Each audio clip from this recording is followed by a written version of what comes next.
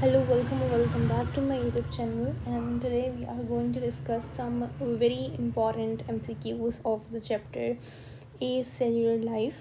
And मेरी कोशिश यही होगी कि इन MCQs से आपको पूरा चैप्टर का रिवीजन भी हो जाए एंड जितने भी पास्ट पेपर्स के अंदर MCQs आ चुके हैं या किसी भी मॉक टेस्ट के अंदर AKU नम्स NET जिसके अंदर जो भी MCQs आ चुका है हम वो डिस्कस कर लें और एक्सपेक्टेड आने वाले MD-CATs के अंदर और AKU के पेपर के अंदर नम्स के अंदर जो भी एक्सपेक्टेड क्वेश्चंस आ सकते हैं या बन सकते हैं उस टॉपिक से हम वो सारा कवर कर लें. So let's just get started with our first MCQs के हमारा पहला MCQs क्या है कि वायरस क्या चीज़ है. वायरस क्या है तो वायरस बता दूं एक ऑब्लिगेट इंट्रासेल्यूलर पैरासाइट है. ठीक है, ऑब्लिगेट इंट्रासेल्यूलर पैरासाइट. अब अगर आपको मतलब पता हो इसका इंट्रासेल्यूलर और इंटरसेल्यूलर का, ठीक है,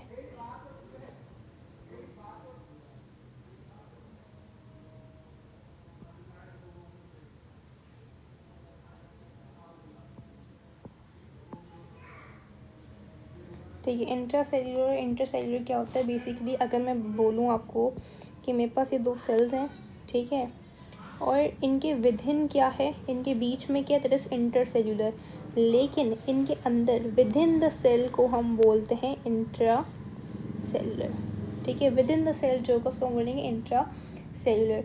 और मैं एक बात क्लियर कर दूं कि वायरस जो है एक नो सेल्यूलर है, कोई सेल ही नहीं है, इसलिए इस चैप्टर का नाम ही क्या है, ए सेल्यूलर लाइफ रखा हुआ है.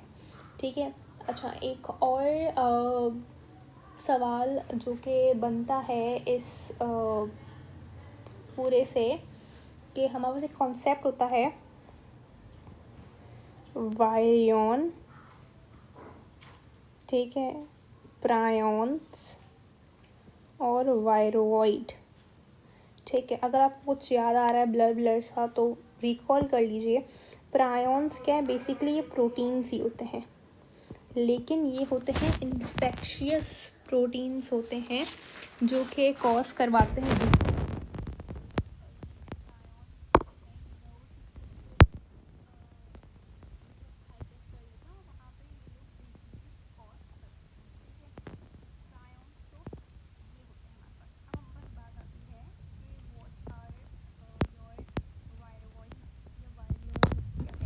ठीक है, अब वायरॉन क्या होता है. वायरॉन कुछ भी नहीं है बट कंप्लीट एक फॉर एग्जांपल एक वायरस है, वायरस ने अटैक किया एक होस्ट सेल पे. ठीक है, उस होस्ट सेल से जो बर्डिंग के दौरान, अगर आपको थोड़ा ब्लर याद आ रहा है, बर्डिंग के दौरान जो उसके जो डॉटर वायरस बनेगा उसको हम बोलते हैं वायरियॉन्स. ठीक है, तो मैं लिख सकती हूँ ये कुछ नहीं है बट कंप्लीट, कुछ नहीं मतलब कुछ है, कंप्लीट इन्फेक्शियस मैच्योर वायरस का नाम ही वायरियन होता है. ठीक है, और इनके पास पूरी कैपेसिटी होती है इन्फेक्ट करने की. ठीक है, अब जबकि वायरॉइड क्या होता है, RNA होता है. RNA की सिंगल स्ट्रैंड होती है, एक स्फेरिकल के अंदर बंद होता है. ठीक, इससे भी डिजीजेज होती हैं. इसकी फर्स्ट डिजीज हुई थी पोटैटो के अंदर. ठीक है, and potato belongs to which family, Solanaceae के अंदर. ठीक है, एक और MCQ आ गया, सोलानेसी. ठीक है, ये कुछ डिफरेंस था इन तीनों टर्मिनोलॉजीज़ के अंदर एंड आई बिलीव ये दिस वॉज इम्पॉर्टेंट. ठीक है, अब हम बाकी बात करते हैं. ये क्लियर है right, so I shall erase it. Okay, अब बात करते हैं एक और MCQs की कि फादर ऑफ इम्यूनोलॉजी हम किसको बोलते हैं. फादर ऑफ इम्यूनोलॉजी हम किसको बोलते हैं, तो एडवर्ड जीनर जो थे हमारे पास, उनको बोला जाता है फादर ऑफ इम्यूनोलॉजी। और ये वही शख्स थे पहले जिन्होंने वैक्सीन डिस्कवर की थी। किसके लिए वैक्सीन डिस्कवर की थी?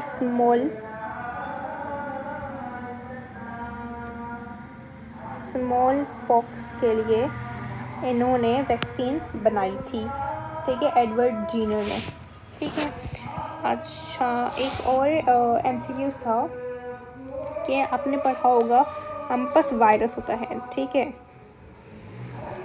हमारे पास होता है वायरस, और वायरस या तो एनवेलप होगा या तो नॉन एनवेलप होगा, ठीक है। अब एनवेलप और नॉन एनवेलप क्या है? अच्छा, थोड़ा सा बेसिक स्ट्रक्चर पढ़ते हैं वायरस के बारे में भी। ये हमारे पास वायरस है, इसके अंदर एक कुछ जीनोम होगा, इसका अपना जीनोम होगा। ये जीनोम या तो आरएनए होगा या फिर डीएनए होगा, ठीक है। ये इसके जो बाहर वाला यूनिट है, ठीक है, इसको मैं बोलती हूँ, जिसका कैप्सिड है, क्या कहलाता है इसका? कैप्सिड। ये बना होता है किसका? कैप्सोमेयर से, ठीक है। अब कैप्सोमेयर्स किससे बने हुए हैं? कैप्सोमेयर्स बेसिकली मेरे पास कुछ नहीं है, बस प्रोटीन से बने हुए होते हैं कैप्सोमेयर्स। अंदर मेरे पास जीनोम है, जीनोम या तो आरएनए होगा या डीएनए होगा। ये तो मेरे पास सिंपल वायरस है, लेकिन कुछ वायरसेस में ऐसा होता है इनके ऊपर एक और लेयर होती है, ठीक है, जिन्हें हम बोलते हैं, ये हमारा क्या है? ये हमारे पास एनवेलप्स हैं, ये हमारे पास एनवेलप है, ठीक है। आपको थोड़ा याद आ रहा होगा, राइट?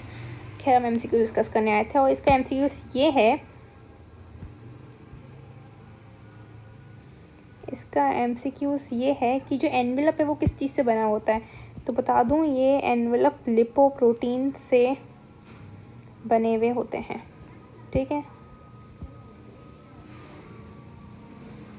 ये एनवेलप मेरे पास लिपोप्रोटीन से बने हुए होते हैं। दिस इज इम्पॉर्टेंट, ये पूछा जा चुका है एक बार, ठीक है। अच्छा, आप एक और सवाल आता है यहाँ से कि बताएं कि ज़्यादा वल्नरेबल या ज़्यादा मोर डेंजर जो है वो कौन से वायरसेस को है? एनवेलप्ड को या फिर नॉन एनवेलप्ड को? सॉरी, उल्टा हो गया। नॉन एनवेलप्ड को या एनवेलप्ड को, कौन से वायरस को ज़्यादा डेंजर है बाहर के एनवायरनमेंट से? तो इसका जो सही आंसर है दैट इज़ के नॉन एनवेलप जो एनवेलप वायरस है वो वल्नरेबल हैं, ठीक है, they are the more danger. ऐसा क्यों? क्योंकि उनके बाहर है लिपोप्रोटीन की मेम्ब्रेन। और आपको पता है वायरसेस को हम क्या मतलब रिकमेंड किया जाता है? You should wash your hands, you should be always hygienic, and you should clean yourself. तो उसके लिए what we use detergents, we use sanitizers, and they all attack on the lipoprotein की ये जो membrane envelope की हुई बनी हुई है, ठीक है। If they attack on that envelope, तो वो एनवेलप डिस्ट्रॉय होगा, जिसकी वजह से वायरस डिस्ट्रॉय हो जाएगा जो एनवेलप्ड है, okay. And then if we have non enveloped virus, तो वॉट एवर इट इज़ कि ईदर वी यूज़ डिटर्जेंट या कोई भी सैनिटाइज़र, तो उस पर कोई अफेक्ट ही नहीं होगा, ओके, कोई इफेक्ट ही नहीं होगा, जिसकी वजह से हम बोलते हैं कि envelope viruses are more vulnerable to the environment, ठीक है, जबकि non envelope viruses are not vulnerable. अच्छा, एक और एमसीक्यूज इम्पॉर्टेंट जो मुझे याद आया यहाँ से कि ऐसा कौन सा पीएच है, ऐसी कौन सी पीएच है जहाँ पे जो वायरस का survival is that like max पे सर्वाइवल हो पाता है, this is suitable range for the survival of the virus, that is 6.5, ठीक है, it survives in 6.5. If this range become 5 or even 8 or even 7, so the virus will be destroyed, it will denature itself, ठीक है। I hope it is clear. अच्छा, now we have different types of RNA, different types of viruses on the basis of different types of classifications, ठीक है। अगर आपने पढ़ा हो let's just remind you, zoophage, ठीक है, zoophage, phytophage, ठीक है, bacteriophage, ठीक है। what are these all are viruses that attack zoophage. zoophage क्या होता है? ऐसा फेज ठीक है, फेज मीन्स ईटर, ठीक है, फेज मीन्स ईटर, जू मतलब एनिमल, जो एनिमल पर अटैक करे। फाइटो मीन्स वॉट, प्लांट, जो प्लांट्स पर अटैक करे। बैक्टीरियो मतलब बैक्टीरिया पे करे जो, ठीक है। अब जो जू फेज वाला होता है, इट इज़ इधर डीएनए और आरएनए, ठीक है। फाइटो वाला इज ऑलवेज आरएनए, ठीक है। जो प्लांट पे वायरस जो अटैक करते हैं, दे आर ऑलवेज आरएनए। बैक्टीरियो वाला they are always double stranded,